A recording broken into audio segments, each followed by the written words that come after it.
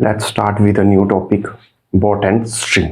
तो आज हमने इसमें टॉपिक पढ़ना है बॉट एंड स्ट्रीम, नाव ओवर धारा। ठीक है, तो इस पे बेस्ड क्वेश्चन आपके एचपीएससी सेट एचएससी सेट में आते हैं आपके क्वेश्चन। ठीक है, इसके क्वेश्चन आपके पटवारी के एग्जाम में आ सकते हैं आपके पास, फिर पुलिस के एग्जाम में आ सकते हैं, या फिर होम गार्ड भर्ती है जो चली गई अपकमिंग होम गार्ड भर्ती है उसमें आ सकते हैं। ठीक है, तो आपने ये टॉपिक बड़े ध्यान से करना है। ठीक है, इसमें सबसे पहले हमने नाव की चाल, नाव धारा की चाल, या उनको कितना धारा के अपोजिट डायरेक्शन में, धारा की दिशा में चाल, अप स्ट्रीम डाउन स्ट्रीम, उसके बारे में पढ़ना है। ठीक है, तो इसके बारे में हम इस लेक्चर को शुरू करने जा रहे हैं। ठीक है, तो हम अब टॉपिक का नाम लिख लीजिए आप, boat and stream. Boat and stream. Okay, boat and stream, नाव व धारा। ठीक है, इससे पहले हमने स्पीड एंड डिस्टेंस के कुछ कंसेप्ट कर दिया, बॉट एंड स्ट्रीम का अगला कंसेप्ट है। इसके बाद हम कंसेप्ट करेंगे और ट्रेन वाले क्वेश्चन भी ट्राई किए जाएंगे। ठीक है, जो भी maximum to maximum question concept बता दूंगा, आपने उस पर क्वेश्चन ट्राई करना है। कुछ डाउट हो तो हमसे जरूर पूछ लेना आपने। ठीक है, बॉट एंड स्ट्रीम। तो बॉट एंड स्ट्रीम में सबसे पहले कोई नाव है, मान लीजिए कोई नाव है आपकी। ठीक है, ये नाव है, इसकी स्टिल वाटर, जब पानी कैसा हो, शांत जल में चाल क्या है, x किलोमीटर पर आर। ये आप नोट कर सकते हैं कि कोई नाव है वो शांत जल में, उसकी धार कितनी है, मतलब पानी स्टैंड है और शांत जल में वो चल रही है, x किलोमीटर पर आर। ठीक है, और अब आपके पास पहला केस ये है। दूसरा केस है आपके पास कि धारा की चाल। मान लो अब आपके पास आ गई कि धारा की चाल कितनी है, कोई नाव भी है, धारा की चाल है y किलोमीटर पर आर। ये किसकी चाल है, धारा की चाल या स्टीम की चाल, धारा की चाल या स्टीम की चाल आ जाएगी आपके पास। ठीक है, y किलोमीटर पर आर। तो आपके पास दो सिनेरियो बन चुके हैं। एक में मैंने बोला कि शांत जल में नाव की चाल कितनी है, x किलोमीटर पर आर, और जो धारा की चाल कितनी है, मान लो धारा की चाल, धारा भी जब बह रही है, ठीक है, y किलोमीटर पर आर। ठीक है, तो एक होता है अपस्ट्रीम, एक होता है डाउनस्ट्रीम। अपस्ट्रीम और डाउनस्ट्रीम, इसके बारे में बताता हूँ आपको। ठीक है, अपस्ट्रीम और डाउनस्ट्रीम। अपस्ट्रीम होता है आपके पास जैसे कि नावी या डाउनस्ट्रीम की बात करते हैं। ठीक है, डाउनस्ट्रीम में आपकी नाव भी उसी तरफ बह रही है और धारा भी उसी तरफ। ठीक है, तो x किलोमीटर पर आर, y किलोमीटर पर आर। ठीक है, तो ये क्या हो जाएगा, x प्लस वाई। मतलब आपने वो वाला कंसेप्ट लेना कि ये नाव धारा की दिशा में, क्या बोलते हैं, धारा की दिशा में नाव बह रही है। ठीक है, तो ये मान लीजिए कोई नाव है आपके पास, ये धारा की दिशा में x किलोमीटर पर आर से, और इसी तरफ क्या नाव भी क्या बह रही है आपकी, इसी तरफ बह रही है ना, धारा भी इसी तरफ है और नाव की स्पीड भी इसी तरफ, एक ही डायरेक्शन। तो उसको बोलते हैं आपका डाउन स्ट्रीम।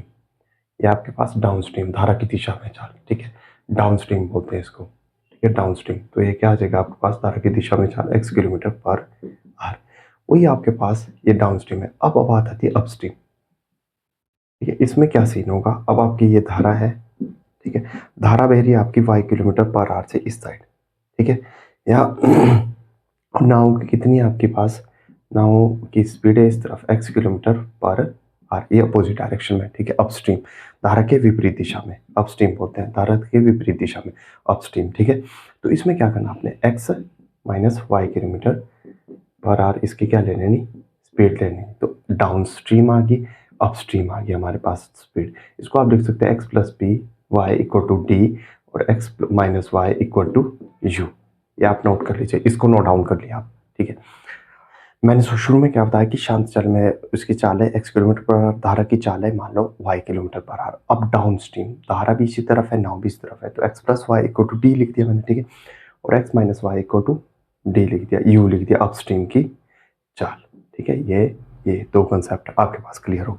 अब मैं इसमें आपको तीसरा कंसेप्ट बताने चाह रहा हूँ, तीसरा इंपॉर्टेंट कंसेप्ट है। ठीक है, तो थर्ड कंसेप्ट क्या होगा इसमें आपके पास, इसमें आपने देखना है थर्ड कंसेप्ट क्या होगा आपके पास। इसमें थर्ड कंसेप्ट है, हमारे पास दो इक्वेशन आ गई। ठीक है, x plus y equal to d और x minus y equal to, ये चाल ही है, ये चाल है, धारा की दिशा में चाल है, स्पीड है। ठीक है, x minus y, x plus y d. अगर आपने इसमें से, अगर आपके पास मान लो कोई धारा की चाल दी हो उसी की डायरेक्शन में और धारा के अपोजिट डायरेक्शन में दी हो, तो आपने एक्स और वाई की वैल्यू कैसे निकालनी है, तो ये निकालते हैं शांत जल में नाव की धारा, दाव की ये। तो इन दोनों को अगर आपने एक्स की वैल्यू निकालनी तो उनको ऐड कर दिया आपने डी प्लस यू बाय, या इसको आप ऐसे भी कर सकते हैं, जस्ट अ सेकेंड, इसको आप कैसे लिख सकते हैं, देखिए एक्स वाई से वाई कट दिया, ऐड कर दिया, 2x equal to d plus u, x क्या आ जाएगा आपके पास डी प्लस यू बाय 2। ठीक है, वहीं इन दोनों इक्वेशनों को अगर मैं माइनस करूँ तो एक्स एक्स कट जाएगा, ये क्या हो जाएगा y y minus equal to d minus u, 2y equal to d minus u, y क्या आ जाएगा आपके पास डी माइनस यू बाय 2। ये आपके पास धारा की चाल आ गई, ये आपके पास नाव की चाल आ, सॉरी ये आपके पास क्या है, हाँ शांत जल में नाव की चाल आ गई स्टिल वाटर में, और ये क्या आ गया आपके पास धारा की चाल। तो हमने अभी तक 3-4 कंसेप्ट देखे, उस पे बेस्ड आपको क्वेश्चन करने पाएंगे। ठीक है, ये आप नोट कर सकते हैं। मैं तो दूसरा कंसेप्ट बताता हूँ फिर आपको, इसको आप नोट कर लीजिए, इस साइड वाले पोर्शन को, ये ठीक है, इसको आप नोट कर सकते हैं, नोट इट डाउन। अब आपने नेक्स्ट कंसेप्ट देखना है इसमें। ठीक है, नेक्स्ट में क्या है आपके पास, देखिए ये आके आपके पास एक्स और वाई की चाल, वाई की एक्स और वाई की कैसे, सबसे पहले हमने डाउन स्ट्रीम निकाला एक्स प्लस वाई, ठीक है, फिर अप स्ट्रीम निकाला एक्स माइनस वाई, फिर हमने एक्स की वैल्यू निकाली डी प्लस यू बाई 2। ठीक है, ये एक्स क्या है शांत जल में नाव की चाल, ठीक है, और फिर वाई क्या है धारा की चाल डी माइनस यू बाय 2। ये निकाल दिए 4 कंसेप्ट, 1 2 3 4। ठीक है, अब आपके पास